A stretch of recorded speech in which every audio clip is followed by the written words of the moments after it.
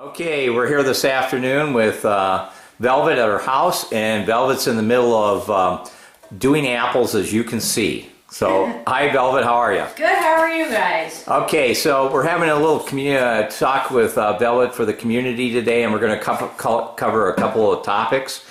So, basically, as you're cutting and dicing there, Velvet, getting ready for your apple leathers, what I want to talk about is a couple of things that you see all the time. There's a number of people that have come into the shop basically sort of from a spiritual draw standpoint. So could you sort of describe a couple of people that have sort of come into the shop, saying, and then checking things out, and how you're feeling about that too?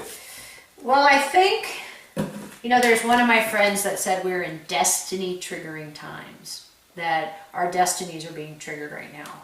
And if we've been asleep or unaware of who we are and what our destiny is, whatever's happening around us, whether it's the economy or astrology or solar flares, it's all like stirring us up. And so then we start feeling almost like a yearning. There's something that we're yearning for. And it feels like a lot of those people that are yearning to find out more about who they are, those are the people that walk into my store.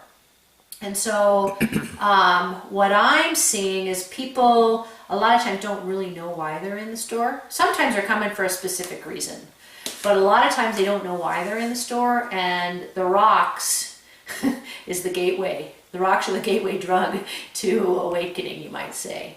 And so sometimes they just come to get that first clue as to who they are, and the stones help provide that. And you mentioned something about their frustration, or something about the system has triggered something within them. So there's usually some kind of an event. There's some kind of trigger. It could be our relationship ending or beginning that triggers them. It could be a job loss or gain that triggers them. It could be somebody they love dies, and they're dealing with that. Or it could be just world events. It could be world events triggering us, because everything is connected and we're all connected. And so what happens is when we get triggered, we either react to it or we just witness it and use it as an opportunity for growth. The other thing that triggers people is what one astrologer called astrological initiations. So depending on when you were born, for example, when you're 50 years old, we go through a big astrological initiation called the Chiron return. And it's an opportunity for us to see how we were wounded as children, to see how those woundings caused us to misbehave or create coping mechanisms that were very childlike, and it's how we survived, but now we don't need them anymore. So it's 49, 50, 51, 52 is a great opportunity for initiation and for us to heal our wounds so that we can fully embody and do what we've come here to do. Okay. A couple of things about what you've been up to lately is you've had, I guess, a couple of clients that have come to you that live out of state. So basically that's kind of an interesting story. So why don't you relate that to the community if you can? Well, I've just started to do distance sessions. I always wanted to have their feet in my hands, and it felt really uncomfortable at first to do Akashic record readings for them without. But it's they're seeking me out, and what they're seeking me out because of these triggers.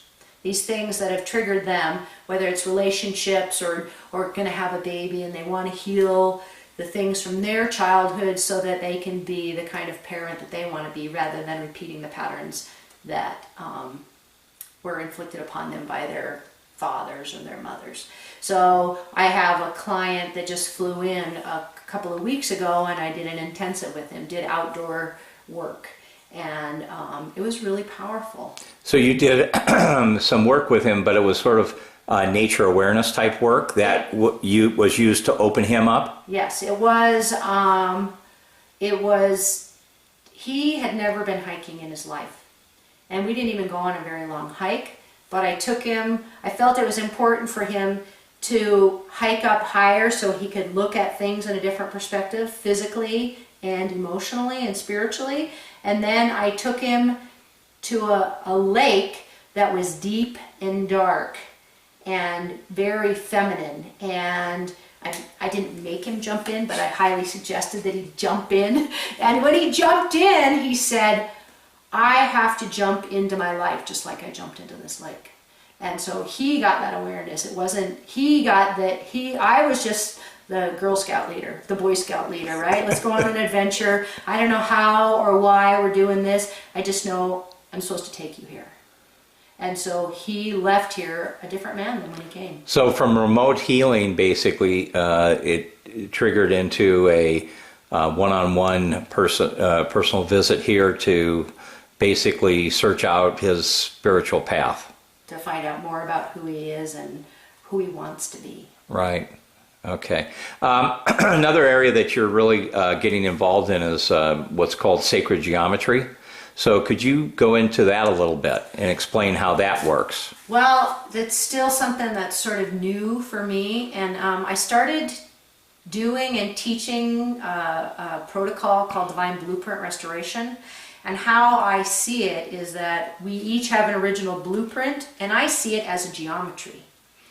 And when we have things that happen to us, it's almost like, so let's say your blueprint is a series of squares, right? And when your blueprint is activated, all those squares light up. But if there has been some sort of trauma or some kind of karmic event that caused you to shut down, it's like those squares aren't lit up, okay? And so my job with the blueprint restoration work is to light up your geometry. And I think the work that I've been doing with the spine and the earth and the crystals is tied to the geometrical blueprint of the planet and the stones. I think everything has a geometry. And like I said, my understanding and awareness of what this means is just beginning. Okay. So from a informational standpoint, if somebody was in a position and they were questioning their path or their psychic abilities or any of the other things that we've talked about, they could feel free to give you a holler, correct? Mm-hmm. And Velvet's in the profile, so feel free to give her a call and talk to her anytime and set an appointment or whatever you would like to do. So thanks, Velvet, for your afternoon. Thank you. Have a great afternoon.